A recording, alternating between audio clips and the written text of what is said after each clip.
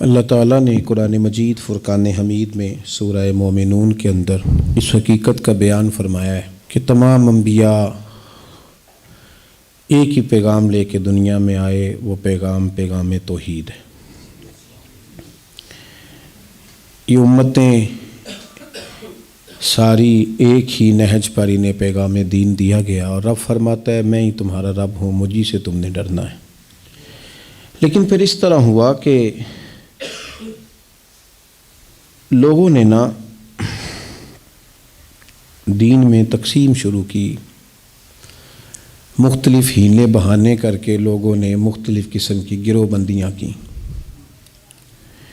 بعض جگہ پہ اصولی اختلاف تو ہو جاتا ہے، عقائد کے معاملات ہو جاتے ہیں، وہاں بہرحال حق ہوتا ہے اور باطل ہوتا ہے، لیکن فروعی معاملات کے اندر بھی لوگ جہاں رائے کی گنجائش بنتی ہے وہاں بھی کسی گنجائش کو سننے کو اور قبول کرنے کو تیار نہیں ہوتے۔ اللہ تعالیٰ نے انسان کی اس عادت کو اس طرح بیان کیا کہ کل حزب بما لدیہم فرحون، ہر گروہ اسی پر نازاں ہے، اسی پر خوش ہے جو اس کے پاس موجود ہے۔ ہر جماعت، ہر گروہ جو چیز اس کے پاس ہوتی ہے وہ اس پر نازاں ہو جاتا ہے، لیکن جہاں کسی چیز کو وحدت بنایا جا سکتا ہے، جہاں کسی کی رائے کو سننے کی گنجائش ہو سکتی ہے، وہاں بھی لوگ سننے کو تیار نہیں ہوتے۔ یاد رکھیں کہ جو زندوں کا معاشرہ ہوتا ہے وہاں رائے کا اختلاف بھی ہوتا ہے۔ قبرستان میں اختلاف نہیں ہوتے، کیونکہ نہ کوئی بول رہا ہے نہ کوئی بحث کر رہا ہے، لیکن جہاں لوگ دیکھتے ہیں، جہاں لوگ کان رکھتے ہیں، جہاں زبان رکھتے ہیں، وہاں پھر لوگ رائے بھی رکھتے ہیں، اور رائے کا اختلاف بھی وہاں ہو جاتا ہے۔ ہم یہ کرتے ہیں کہ فروعی مسائل میں جہاں دین گنجائش دیتا ہے وہاں بھی کسی مخالف کی رائے سننے کو تیار نہیں ہوتے، حالانکہ ہمارے بزرگوں کے ہاں عقائد تو مسلمہ رہے، اللہ کی ذات کے بارے میں، رسول اللہ کی عظمت کے بارے میں صلی اللہ تعالی علیہ وسلم، وہاں تو اصول میں تو عقائد میں تو وہ لوگ بڑے پختہ رہے، لیکن جہاں فروعی معاملات ہوئے کہ ہم نے آمین کہنا ہے نہیں کہنا ہے، ہم نے رفع الیدین کرنا ہے نہیں کرنا ہے، جہاں فروع کی بات آئی وہاں ہمارے آئمہ میں اختلاف رائے ہوا، امام شافعی کا امام مالک سے، امام احمد بن حنبل کا امام اعظم سے، لیکن ہم صرف امام اعظم کے مقلد ہیں، اس کے باوجود کہتے ہیں امام احمد بن حنبل رحمۃ اللہ علیہ، اس کے باوجود کہتے ہیں امام شافعی رحمۃ اللہ علیہ، امام مالک رحمۃ اللہ علیہ، اور ہر جگہ اس خوبصورتی کے ساتھ ان بزرگوں کے نام لیے جاتے ہیں، تعریف کی جاتی ہے، ان کی جو خیر کی باتیں ہیں وہ بیان کی جاتی ہیں، ان کی زندگی سے، ان کے احوال سے، اقوال سے جو فیض ہمیں ملتا ہے وہ حاصل کیا جاتا ہے۔ لیکن نسل نو میں ہم یہ دیکھتے ہیں کہ رائے کے اختلاف کی گنجائش ہی باقی نہیں رہی۔ کسی بندے نے کسی شخص سے کوئی تھوڑا بہت اگر کہیں اختلاف کر لیا تو مخالفت بن جاتی ہے۔ وہ کہتا ہے کہ جو میں سمجھتا ہوں، جو میں جانتا ہوں، جو میری جماعت نے فیصلہ کیا ہے، جو میرے گروہ کا کہنا ہے 100% وہی حق ہے، حالانکہ یہ ٹھیک نہیں۔ آپ اگر سننے کی طاقت رکھتے ہیں تو پھر کسی اور کو بھی سنیں، اگر آپ بولنے کی طاقت رکھتے ہیں تو پھر آپ رائے کا اظہار بھی کریں، اور اس سے زیادہ پریشان نہ ہو۔ ہمارے ہاں ایک بہت بڑا گروپ ہے جو دین پر عمل نہ کرنے کا یہ بہانہ بناتا ہے کہ مولوی لڑتے بڑا ہیں تو کس دین پہ عمل کریں۔ تو میں اکثر ان سے کہتا ہوں کس مولوی نے کہا ہے کہ فجر کے فرض 3 ہیں یا 4 ہیں؟ کہا ہے کبھی کسی نے؟ کتنے ہیں؟ سارے کتنے بتاتے ہیں؟ تو پڑھتے کیوں نہیں؟ کام تو یہ ہے کہ پڑھیں۔ ظہر کے کتنے فرض ہیں؟ 4۔ سارے کتنے بتاتے ہیں؟ 4۔ تو کام تو اس سے ہے کہ پڑھیں۔ کسی مولوی نے معاذ اللہ کبھی کہا ہو جھوٹ بولو، فراڈ کرو، جوا کھیلو، شراب پیو، سود کھاؤ، معاذ اللہ کہا ہے کبھی کسی نے؟ تو پھر ان کاموں سے بچنا چاہیے نا۔ سب مولوی کہتے ہیں نا والدین کی فرما برداری کرو، پڑوسیوں کا حق ادا کرو، جائز کمائی کھاؤ، تو اس پہ عمل کرو۔ ہم تو بہانے بازی کر رہے ہیں، بہانہ بنا کے جان چھڑا رہے ہیں۔ اور بھائی مسلمات میں کب کسی بندے نے کوئی رائے اس سے اختلاف والی دی ہے؟ صرف یہ کہ عمل نہیں کرنا چاہ رہے۔ رائے کا اختلاف ہو جاتا ہے، یہ نہیں ہے کہ ساری باتیں آپ میں حق ہیں، آپ کے سامنے والے میں بھی کچھ چیز ٹھیک ہو سکتی ہے، اور جس میں جو چیز ٹھیک ہو۔ ہمارا یہ حال ہو گیا کہ ہماری چونکہ مخالفت ہوتی ہے تو ہم کسی کی کسی خوبی کو بھی قبول نہیں کرتے۔ مجھے کسی نے آ کے بتا دیا فلانا بندہ تیرا مخالف ہے تو میں سمجھتا ہوں وہ کبھی دوست بن ہی نہیں سکتا، یہ بات درست نہیں۔ آپ تھوڑا غور کریں، حضرت عمر فاروق رضی اللہ تعالیٰ عنہ کی لونڈی نے کلمہ پڑھا ہے، جناب عمر نے بڑا مارا ہے۔ حضرت عمر کے ہاتھ میں تلوار ہے، وہ مکے میں گھوم رہے ہیں کہ معاذ اللہ حضور کو شہید کروں گا، تو یہ ساری خبر حضور کو بھی تو ہے نا، کتنی سخت دشمنی کر رہے ہیں حضرت عمر، یہ حضور کو خبر ہے۔ لیکن رسول پاک علیہ السلام ہاتھ اٹھا کے دعا مانگتے ہیں، اے اللہ عمر کو اسلام کی توفیق عطا فرما دے، کیونکہ عمر رسول پسند ہیں، عمر دلیر ہیں، عمر عادل ہیں۔ یہ بندہ اگرچہ آج دشمنی پہ کھڑا ہے لیکن اس کے اندر جو خوبیاں ہیں اس کا انکار کیا جا سکتا نہیں، تو حضور نے دعا فرمائی تو رب نے دعا قبول بھی فرمائی۔ پھر حضرت عمر کی بات، حضرت عمر فاروق گھر سے تو تلوار لے کے نکلے تھے، انہوں نے بڑے بڑے چونکوں میں اعلان کیے تھے کہ میں معاذ اللہ حضور کو شہید کروں گا، لیکن جب حق ان کے پاس آ گیا نا، انہوں نے اپنی بہن سے قرآن سن لیا، پھر انہوں نے یہ نہیں کہا کہ اتنا بڑا سردار ہوں اور فلانے چوک میں کہہ کے بھی آیا ہوں میں شہید کرنے جا رہا ہوں تو اب لوگ مجھے کیا کہیں گے، یہ نہیں کہا انہوں نے۔ وہ حق پرست تھے، انہیں سمجھ آ گئی کہ اب میرا ضمیر جاگا ہے تو میں نے یہ نہیں کرنا کہ اب لوگ کیا کہیں گے، لوگ جو کہتے ہیں کہتے رہیں، میں نے وہ قبول کرنا ہے جس کو میرا دل، میرا روح اور میری ضمیر قبول کر گیا ہے۔ اب میں کلمہ پڑھوں گا رسول کریم علیہ السلام کا۔ اس کا مطلب یہ ہے کہ آپ کے مخالف میں کوئی خوبی ہوگی تو آپ تسلیم ہی نہیں کریں گے۔ ہمیں حکم ہے کہ یہودیوں سے دوستی نہیں کرنی، ان کے ساتھ قربت کا تعلق نہیں بنانا، ان کی جو رسوائی قرآن پاک نے بیان کی اور ان کی جتنی چیزیں قرآن نے جس انداز میں ڈسکس کی اور کس نہج پر ان کی خرابیاں اور شرارتیں چلی گئی قرآن نے بیان کیا، لیکن سیرت کا ایک انوکھا انداز بھی ہے بات سمجھانے کا، وہ بھی آپ سمجھیں، وہ بھی آپ سمجھیں۔ ہمیں ان سے لیک سلیک بڑھانے کو نہیں کہا گیا، ان کی اس غلط کاریوں کی بنیاد پر ہمیں ان کے حق میں دل نرم کرنے کو نہیں کہا گیا۔ لیکن آپ یہ غور کریں کہ حضور سید عالم علیہ السلام جب مدینہ طیبہ آئے تو دیکھا کہ یہودی 10 محرم کا روزہ رکھتے ہیں۔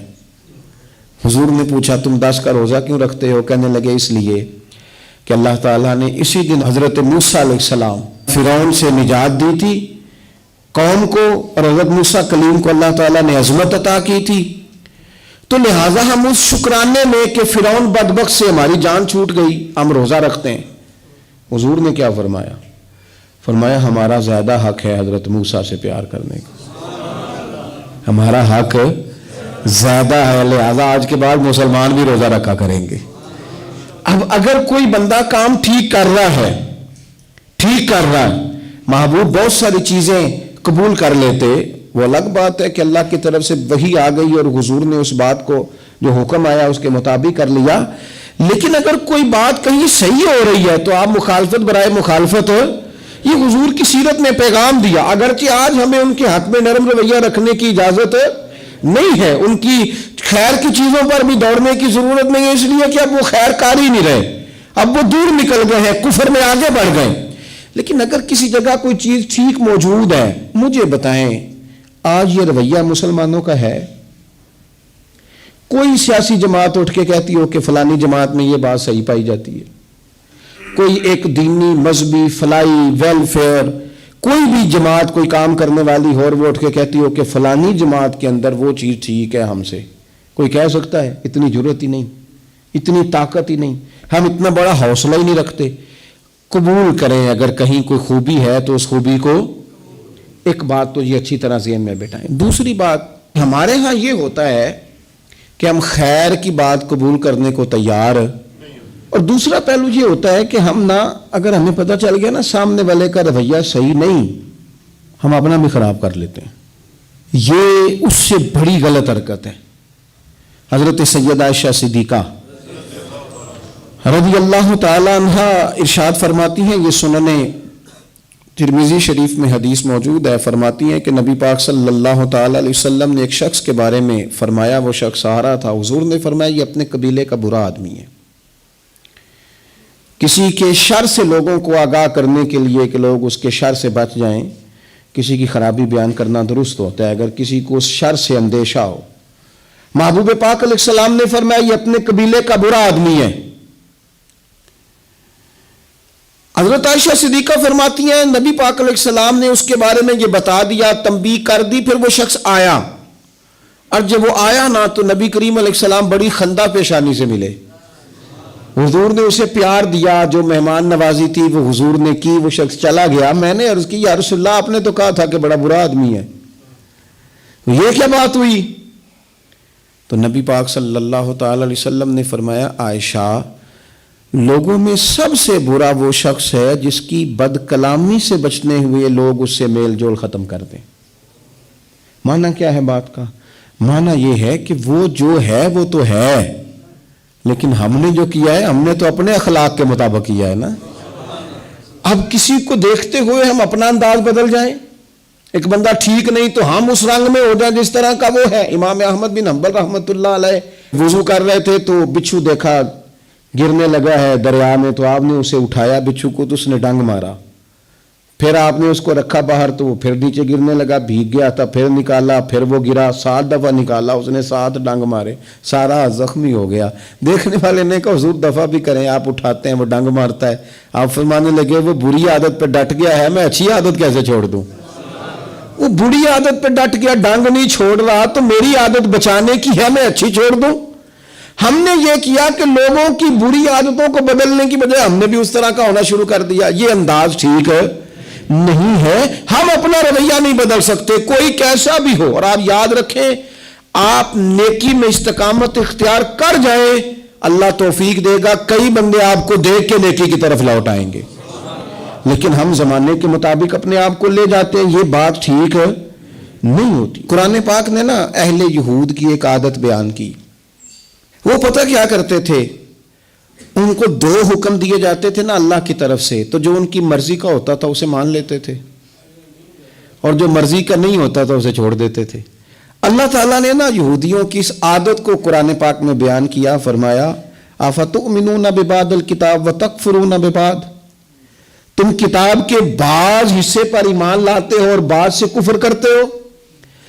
آج نا بدقسمتی سے خدا ہمیں معاف کرے، معاذ اللہ، مسلمانوں میں بھی یہ عادت آ گئی ہے کہ اگر ان کی مرضی کی بات ہو تو مذہب استعمال کر لیا، اور اگر مرضی کی نہیں تو پھر انہوں نے کبھی مذہب کی بات نہیں کی۔ ہمارے اینکر فٹافٹ کہیں گے او جناب یہ بات اس کا بھی تو اسلام حکم دیتا ہے، اسلام اس کے علاوہ بھی کئی چیزوں کا حکم دیتا ہے، آپ اس کی طرف بھی جناب تھوڑی توجہ کریں، کل دین بیان کریں۔ میں اکثر کہتا ہوں ایک بندہ حلال حرام کی تمیز نہیں کرتا، پڑوسیوں کو تنگ کرتا ہے، دوست اس سے بڑے پریشان ہیں، نماز کے وہ قریب نہیں جاتا، رشوت خوری، چور بازاری، معاذ اللہ ساری باتیں اس کے اندر پائی جاتی ہیں، لیکن اب اس نے کرنی ہے دوسری شادی، اب اسے یاد آ گیا کہ دین میں 4 شادیاں جائز ہیں، باقی اسے کبھی دین یاد نہیں آیا، اب اس کا ارادہ بنا دوسری شادی کرنے کا، اب وہ بڑی ڈٹائی سے سینہ تان کے کر او بھائی 4 شادیاں جائز ہیں دین میں، او خدا کے بندے اور بھی بڑا کچھ جائز ہے، اور بھی دین نے بڑی پابندیاں لگائی ہیں۔ افتؤمنون ببعض الکتاب وتکفرون ببعض، بعض دین کی چیزوں پر عمل کرتے ہو بعض سے کفر کرتے ہو، یہ کیا بات ہوئی؟ ہمارے ہاں عورتیں کیا کہتی ہیں، وہ کہتی ہیں میں نے فلانے مولانا صاحب سے سنا ہے عورت پر ضروری نہیں ساس کو روٹی پکا کے دے، عورت پر ضروری نہیں سسر کی خدمت کرے، کہاں لکھا ہے بتائیں؟ تو میں نے کہا چلو جو لکھا ہے اس پر ہی عمل کر لو، یہ لکھا ہے دین میں کہ حضور نے فرمایا سوائے خدا کے کسی کو سجدہ جائز ہوتا تو میں عورت کو کہتا خاوند کو کر، اتنا بڑا درجہ دیا، چلو اس کی ڈیوٹی کر لو۔ مسند امام احمد بن حنبل میں حدیث ہے، ایک خاتون نے پوچھا تھا یا رسول اللہ صلی اللہ تعالی علیہ وسلم عورت کے ذمہ مرد کا حق کیا ہے؟ تو حضور نے فرمایا اگر مرد کی ناک سے پیپ نکلے اور عورت اپنی زبان سے صاف کرے تو پھر بھی خامن کا حق ادا نہیں ہوتا۔ تو چلو بی بی سے کوئی اس پر عمل کر لے. اور اگر عورت کہتی ہے میں نے عمل کرنا ہے تو پھر دین نے اسے کہا وَقَرْنَ فِي بُيُوتِكُنَّ، اپنے گھروں میں ٹھہری رہو، نکلو ہی نہ، بغیر مجبوری کے گھر سے نکلو ہی نہ. تو اس پر عمل کرو. صرف جو تمہاری مرضی کا ہے وہ دین ہے. بعض مذہبی لوگ بھی یہ کام کرتے ہیں، جو ان کا مخالف ہو گیا وہ بے دین ہو گیا، جو ان سے پھر گیا وہ بے دین ہو گیا. آپ دین کو استعمال تو نہ کریں، دین کو رہبر بنائیں، اپنے مقاصد حاصل کرنے کی سیڑھی نہ بنائیں. اتنا ظلم نہ کریں اپنے اوپر کہ آپ نے دین کو اصول مقصد کی سیڑھی بنا لیا، دین کو آپ نے بنیاد بنا کے ذاتی قد اونچے کرنے شروع کر دیے. دیکھو میرے حضرت صاحب رحمت اللہ علیہ، سیدنا تاج الشریعہ رحمت اللہ علیہ کی خدمت میں نا ایک صاحب آیا کرتے تھے، پھر وہ آنا چھوڑ گئے. تو کسی شخص نے کہا وہ گمراہ ہو جائے گا یہاں نہیں آتا. تو حضرت صاحب فرمانے لگے خبردار، کیوں گمراہ ہو جائے گا؟ ہم کوئی معیار ہدایت ہیں؟ دعا کرو جہاں بھی رہے اللہ اسے دین پہ قائم رکھے. آپ اس چکر میں نہ پڑے، ان تعصبات کا شکار نہ ہو. آپ تھوڑا سا مہربانی کریں، دین سارا ہے تو سارے دین پر ہی عمل کریں. اپنی مرضی کا لے لیا اور باقی چھوڑ دیا، یہ تو بات ٹھیک ہے ہی نہیں. اللہ ہمیں سمجھ عطا فرمائے، اللہ ہمیں کل دین پر عمل کرنے کی توفیق عطا فرمائے. تو میں جو بات عرض کر رہا ہوں کہ رائے کا اختلاف اگر کسی جگہ ہو جاتا ہے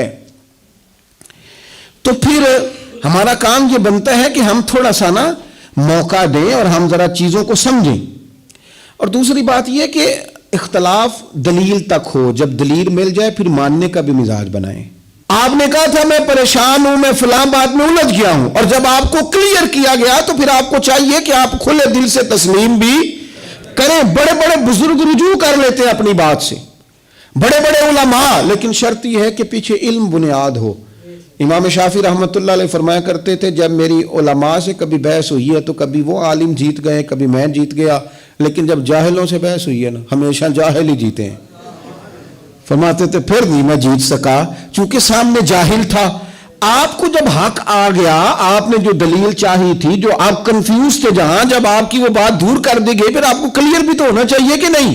دیکھیں حضرت عمر فاروق رضی اللہ تعالیٰ عنہ مسجد شریف میں خطبہ جمعہ دینے لگے تو آپ نے کہا بھائی میری بات سنو اور پھر میری فرما برداری کرو، میں تمہارا امیر ہوں، اطاعت کرو میری بات کی. ایک بدو کھڑا ہو گیا، اس نے کہا نہ سنیں گے نہ اطاعت کریں گے. معاذ اللہ. کیوں جی؟ کہنے لگا میرے دماغ میں ایک کنفیوژن آ گئی، آپ میری وہ دور کر دیں. آپ نے فرمایا تم کیسے کنفیوز ہو گیا؟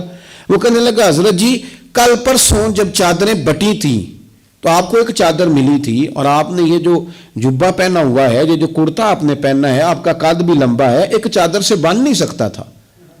اس کا مطلب ہے آپ نے ڈبل لی.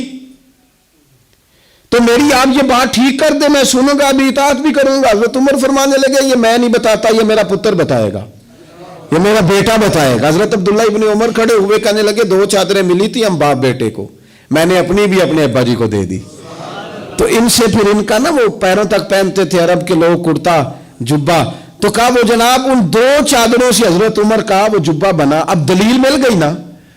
اب اس نے لے تو لالا نہیں کہا، اگر مگر نہیں کیا، فوراً کہنے لگے اے عمر خدا پہ رحم کرے، آپ کہیے میں سنوں گا بھی اور فرما برداری بھی کروں گا.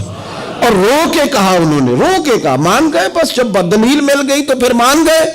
خدا را جب دلیل ملے تو پھر ماننے کا بھی مزاج بنائے. لیکن ہمارا ماننے کا مزاج نہیں، ہم ہار جاتے ہیں.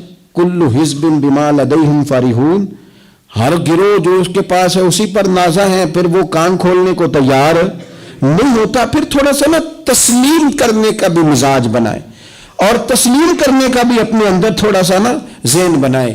ایک بڑی نازک بات آپ سے کرنی ہے، دنیاوی اختلاف کو دین تک نہ لے کے آئیں. کسی بندے سے آپ کا دنیاوی اختلاف ہے، اسے دینی اختلاف نہ بنائیں. آپ کا اس سے ذاتی جھگڑا ہے تو اسے یزید نہ کہیں، اسے معاذ اللہ فرعون نہ کہیں، اسے آپ ابو جہل نہ کہیں. آپ کا ذاتی جھگڑا ہے، آپ کو ذات تک رکھیں. آپ کا لڑائی ذات کی تھی، آپ نے اسے کافر کر دیا، زندیق کر دیا، معاذ اللہ جانے کب مار دے کوئی مجھے کافر کر کے شہر کا شہر مسلمان بنا بیٹھا ہے. آپ ذاتیات کے معاملات میں دین نہ لائیں.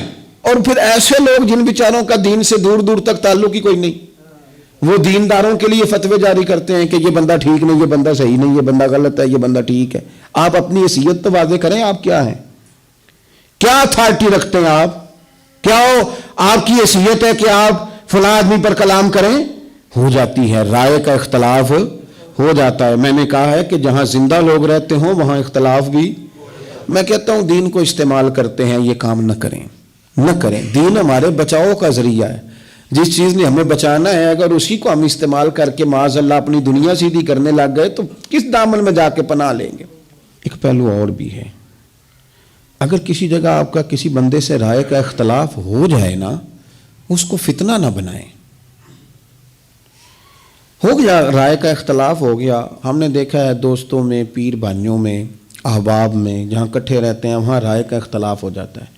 لیکن ایسا نہ ہو کہ آپ کے رائے کا اختلاف دینی نقصان کرے، ملی نقصان کرے، تنظیمی نقصان کرے، آپ خرابی پیدا کر دیں، آپ ادارے تباہ کر دیں۔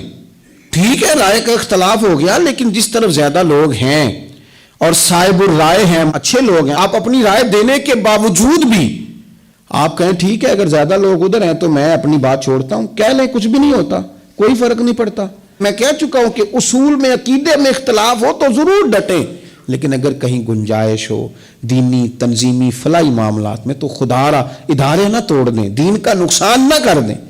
آپ قبول کر لیں اگر سامنے والے کی رائے آپ سے مختلف ہے، اگر یہ دل بڑے ہو جائیں تو یقین کریں یہ رسول اللہ کی امت ہے۔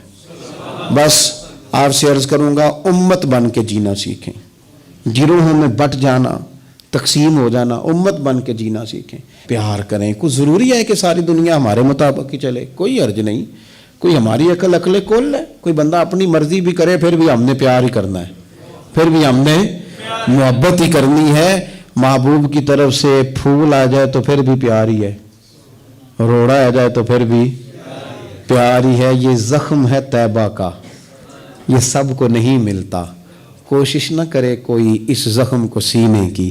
آخر دعوایا ان الحمدللہ رب العالمین۔